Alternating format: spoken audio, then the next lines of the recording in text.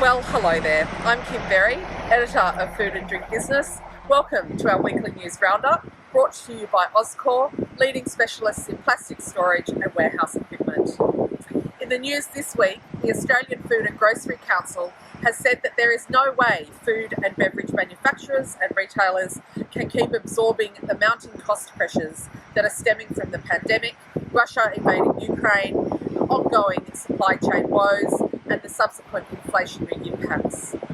AFGC CEO Tanya Barden told a Senate inquiry into the manufacturing sector last year that food and grocery manufacturers had already been wearing the rising costs of inputs outpacing those of outputs. In the 10 years to 2020, so prior to the world redefining signs of the incoming apocalypse, input costs rose 49% compared to outputs increasing 24%. Woolworths, Coles and Independents have all said that current inflationary impacts are at a level not seen for some time.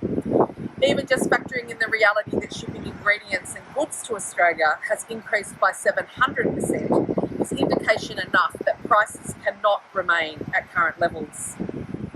In a trading update yesterday, Bega said that it was looking at costs in excess of $40 million due to COVID, the recent flooding, ongoing lockdowns in China and the war in Ukraine. In more positive news, GrainCorp, CSIRO and v2food are working together on a $4 million project to advance local production of plant-based proteins and to reduce our reliance on imported ingredients.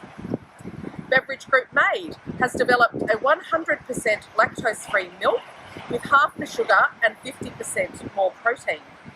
It's using an Australian-first patent-pending filtration system, and while the sugars in milk are naturally occurring, making the switch could reduce your sugar intake in a year by 1.7 kilos. Coles has launched its own brand certified carbon neutral beef range into its Victorian stores.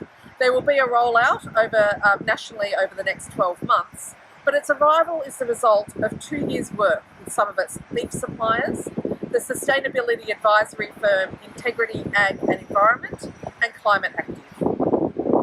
And Carlton United Breweries is bringing back what it has called the beloved classic, Resch's Dinner Ale, 25 years after it was last brewed. This may surprise some of you, but there is a Resch's Appreciation Society, founded in 2009, that now has around 15,000 members. Not to be taken lightly, their passion has power, with CUB bringing back Resch's iconic silver bullet permanently last year. The dinner ale is currently on a limited release edition, but let's see what happens there. Quite a mullet of a news bulletin this week, all business up the front and a bit of a party at the back.